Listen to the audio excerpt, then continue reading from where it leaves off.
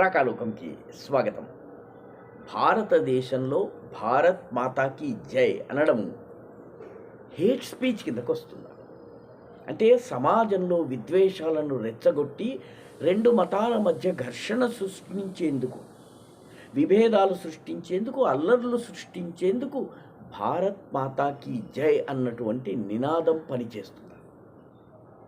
కాబట్టి భారత్ మాతాకి జై అంటే రెండు మతాల మధ్య ఘర్షణ జరగచ్చు, ఒక మతంలో భయం పుట్టొచ్చును, ఒక మతం పట్ల ద్వేషానికి భారత్ మాతాకి జై అన్న నినాదం కారణం కావచ్చు. దీన్ని మనం అంగీకరిద్దాం. కర్ణాటక హైకోర్టు ఇటీవల ఒక ఆసక్తికరమైనటువంటి ఆదేశాన్ని జారీ చేసింది. కర్ణాటకలో నరేంద్ర మోదీ మూడవసారి ప్రధానమంత్రిగా పదవీ ప్రమాణ స్వీకారం చేసిన తరువాత కొందరు కుర్రవాళ్ళు ఉల్లాల్ అనే నగరం, ఇది మంగళూరుకి దగ్గరగా ఉంటుంది, తీర ప్రాంతంలో ఉండే గ్రామము. అక్కడ నరేంద్ర మోదీ మూడవసారి ప్రధానమంత్రి అయినందుకు టపాకాయలు పేల్చుకున్నారు, వీళ్ళు పండగ చేసుకున్నారు.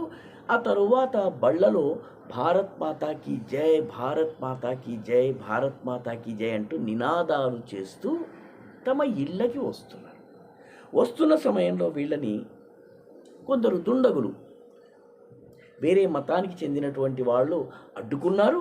అడ్డుకుని వాళ్ళని చావచితకబాదారు. చావచితకబాదటమే కాదు, అందులో ఇద్దరు కత్తులు తీసి, ఒకడు కత్తి తీసి ఇద్దరిని గాయపరిచారు. ఈ గాయపరిచేటప్పటికి గాయపడ్డ వ్యక్తులు సురేష్, వినయ్, రంజన్, ధనంజయ్, సుభాష్. వీళ్ళు పోలీసు దగ్గరికి వెళ్ళి తమ పైన జరిగినటువంటి దాడి విషయంలో ఒక కంప్లైంట్ లాడ్జ్ చేశారు.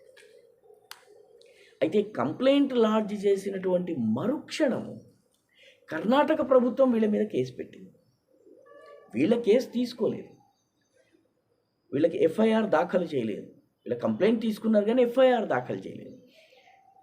కానీ కర్ణాటక ప్రభుత్వం వీళ్ళ మీద భారత్ మాతాకి జై, భారత్ మాతాకి జై, భారత్ మాతాకి జై అని నినాదము చేస్తున్న కారణంగా వీళ్ళు మతహింసను, మతద్వేషాన్ని రెచ్చగొడుతున్నారు, సమాజంలో శాంతిని భంగం చేస్తున్నారని చెప్పి వీళ్ళ మీద కేసు పెట్టింది. చివరికి ఈ వినయ్, రంజన్, ధనంజయ్, సుభాష్, సురేష్లు కర్ణాటక హైకోర్టు తలుపు తట్టారు, మాకు న్యాయం చేయాలని. కర్ణాటక హైకోర్టులో సింగిల్ జడ్జి బెంచ్ ఉంది. కె నాగప్రసన్న ఆ జడ్జి గారి పేరు. ఆవిడ ఈ కేసుని పూర్తిగా విచారించిన తరువాత వీళ్ళ మీద పెట్టినటువంటి కేసును కొట్టివేయటమే కాకుండా చాలా సిగ్నిఫికెంట్ కామెంట్ చేశారు. భారత్ మాతాకి జై అని భారతదేశంలో అనడము, భారతదేశం బయట కూడా అనడము, ఇది హేట్ స్పీచ్ కిందకి రాదు, మతద్వేషం కిందకి దీన్ని పరిగణించడానికి రాదు.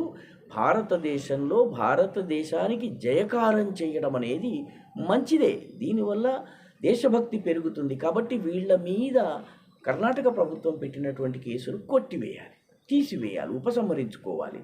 వీళ్ళు పెట్టినటువంటి కేసు తమపైన జరిగినటువంటి దాడి సందర్భంగా కత్తిపోట్ల సంఘటన, వీళ్ళ కేసును పరిగణలోకి తీసుకోవాలని చెప్పింది. తమాషా ఏంటంటే భారతదేశంలో భారత్ మాతాకి జై అనే విషయంలో కర్ణాటక హైకోర్టు చెప్పాల్సిన అవసరం ఉందా? నేను ఏ దేశంలో ఉన్నానో ఆ దేశానికి జయకారం చేయటం, ఆ దేశం బాగుండాలని కోరుకోవడము హేట్ స్పీచ్ కిందకు వస్తుందా? భారత్ బాగుండాలి అని అనడము ఒక మతానికి, ఒక వర్గానికి తమను హింసించినట్టు, ద్వేషించినట్టుగా భావిస్తే ఈ దేశం ఎక్కడికి పోతుంది?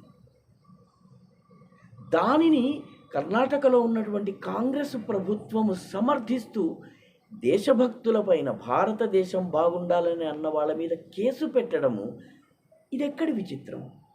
ఏ కాంగ్రెస్ పెట్టింది? స్వతంత్ర భారతదేశం కోసము బోలో స్వతంత్ర భారత్కి జై, భారత్ మాతాకి జై అని స్వాతంత్రోద్యమంలో నినాదాలు ఇచ్చినటువంటి కాంగ్రెస్ పార్టీ యొక్క నేటి రూపం ఈ పని చేయటం, భారత్ మాతాకి జై అని అనొద్దు అని చెప్పడము, భారత్ మాతాకి జై అంటే అది హేట్ స్పీచ్ అని చెప్పడము నిజంగా కూడాను అసలు నిజంగా కాంగ్రెస్ స్వతంత్రం కోసం పోరాడిందా అన్నటువంటి సందేహాన్ని సృష్టించేలాగా ఉంది.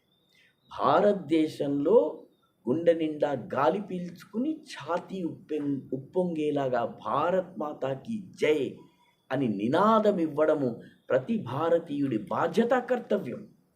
నువ్వు ఇవ్వడం లేదు, ఇవ్వనప్పుడు ఇచ్చిన వాడిని అభినందించు. అంతేకాని భారత్ మాతాకి జై అంటే ఒక మతానికి బాధ కలుగుతుందని చెప్పటం ఇది నిజంగా అవమానకరము, దేశద్రోహము అవుతుంది.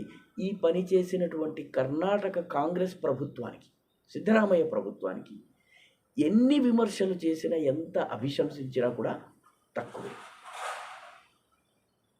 ఈ వీడియో మీకు నచ్చినట్టయితే లైక్ చేయండి, షేర్ చేయండి, ఈ ఛానల్కు సబ్స్క్రైబ్ చేయండి. మీ అభిప్రాయాన్ని కమెంట్ల రూపంలో తప్పనిసరిగా పంపించండి.